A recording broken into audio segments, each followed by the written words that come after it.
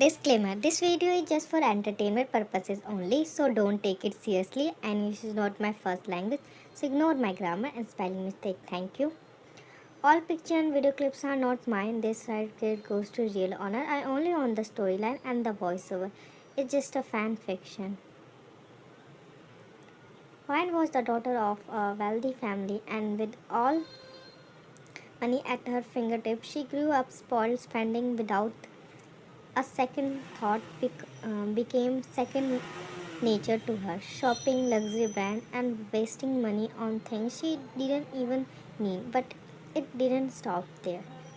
Along the way, Vine picked up more bad habits: smoking, drinking, sneaking out of the house, staying out until the middle of night, and partying like there was no tomorrow. In the definition of a spoiled brat, Vine had always stay out late, coming home at hours that made her family worry endlessly. No matter how many times they scolded her, she never changed. Finally, for her safety, her parents decided there was only one solution: hiring a bodyguard. That morning, after freshening up, Ryan walked downstairs for breakfast.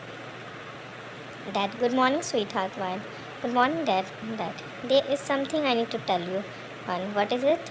Dad, I have hired a bodyguard for you. From now on, you will have to go everywhere with him. One frowning.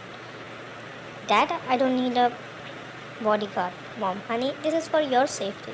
Dad, I have already made the arrangement and you will meet him today.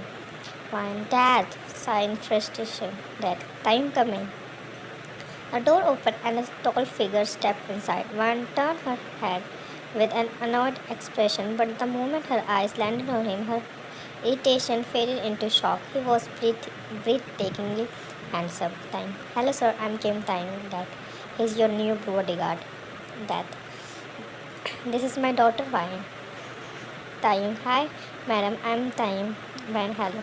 In that moment, Vine was completely lost in his beauty.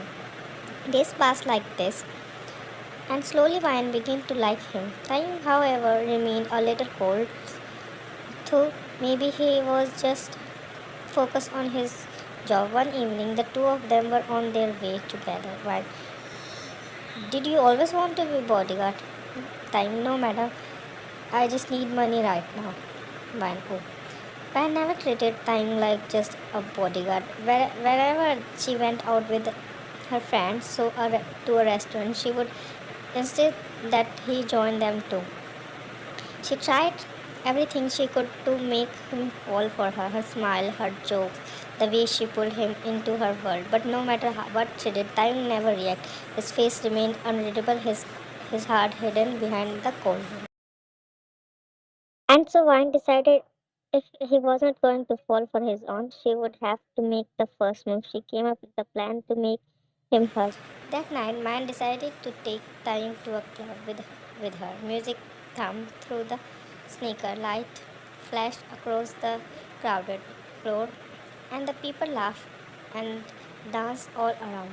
At the bar, Vine held a glass towards him. Vine, come on, just one drink. Time, shaking his head firmly. No, madam, I am here to protect you, not to drink. Vine sighed dramatically before taking a sip of her own. A few minutes later, she placed her hand against her forehead, swaying slightly. Vine, I feel strange. Time, madam, what's wrong? Vine, with a weak voice. It feels like someone spiked in my drink, my body. It's feel hot. I don't know what happening. Before he could respond, she hurried towards one of quieter room in the back. Without hesitation, Time followed, concern written all over his usually stoic face. Time, are you alright? Do I need to call someone? Why? Look at him intently, stepping closer. No, I just feel like my body is burning. I can't stop it. I need it. She closed the distance between them, her eyes locked onto his. Time stiffened, caught between his duty and the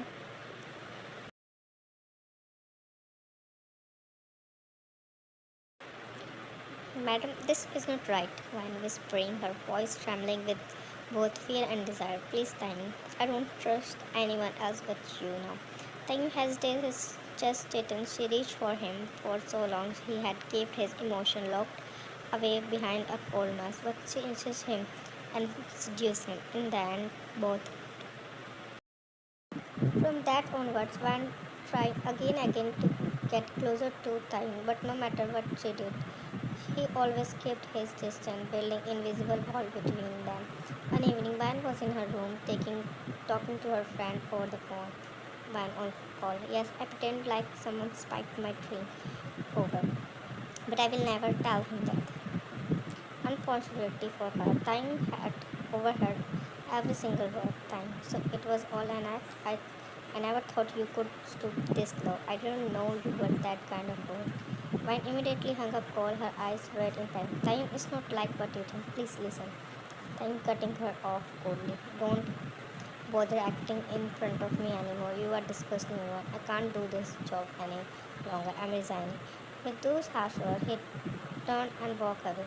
When tears streaming down her face, Time, please, just listen to me once. I'm sorry, please. But no matter how desperately she called out to him, Time didn't look back. He left her standing there, broken and crying. That night, Vian's father called her downstairs. His expression was serious. That Time has quit this job.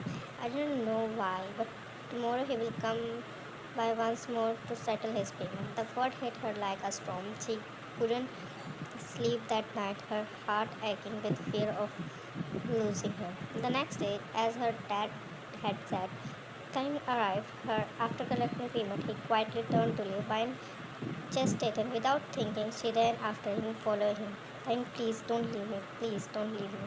I love you. Overwhelmed, she dropped to her knees, clutching at him desperately. Tears streamed down on her face as she held on his knee. Time is stone cold and ice hard. This isn't love, wine, it's obsession. With those words, he pulled away from her grip and walked off, leaving her shattered in the middle of the garden. She tried to stand up, but her vision blurred, her body felt weak. The, the world spinning all around, a sharp dizziness took over her, and before she could call his name one again, she collapsed to the ground, unconscious. When, when Vine's parents saw her unconscious in the garden, he rushed over them. They hurriedly carried her inside and laid her on the bed before calling for the doctor. A while later, the doctor arrived and examined her carefully. After a tense silence, he finally looked up at her parents. Doctor, she is not sick. She is pregnant. The words struck like lightning, leaving the entire room frozen in shock. Her mother covered her mouth in disbelief, and her father's eyes widened. To be continued, like this video and also subscribe my channel. Bye bye. See you next video.